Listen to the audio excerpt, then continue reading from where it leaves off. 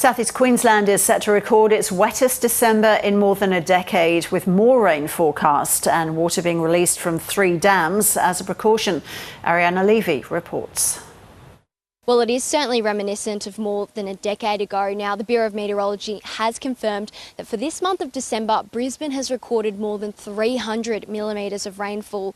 And the reason why that's so concerning is because the last time we saw a summer as wet as this was back in 2010, and that was ahead of the deadly 2011 flooding event where 36 lives were claimed. Now, back then, the city recorded 470 millimetres of rainfall for the month of December. The Bureau says that Brisbane is on track to either exceed or reach that total. So major concerns there.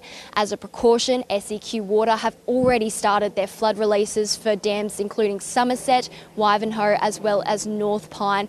And the major issue here is that a lot of those started yesterday afternoon. Now, dozens of road closures are in place across the state. That's due to the flash flooding events that we're seeing. Already saturated catchments mean that a lot of these roads are prone to suddenly have a lot of water on them. The main message from authorities is to make sure you drive to those conditions. There were also more than 80 SES call-outs for assistance in the last 24 hours. A lot of those have been infrastructure leaks as well as fallen trees. There was also a swift water rescue where 2 women had to be rescued in the inland of southern Queensland, and that's largely due to flash flooding. They were rescued off the tray of their ute. Now, as the state is incredibly large, it goes from one extreme to the other, while here in the southeast we are bearing the brunt of wet weather. In northern and western parts of the state, they are sweating through heatwave conditions, temperatures reaching into their mid to high 40s for today. And while those conditions in the southeast are expected to ease off from tomorrow as that trough continues to move offshore,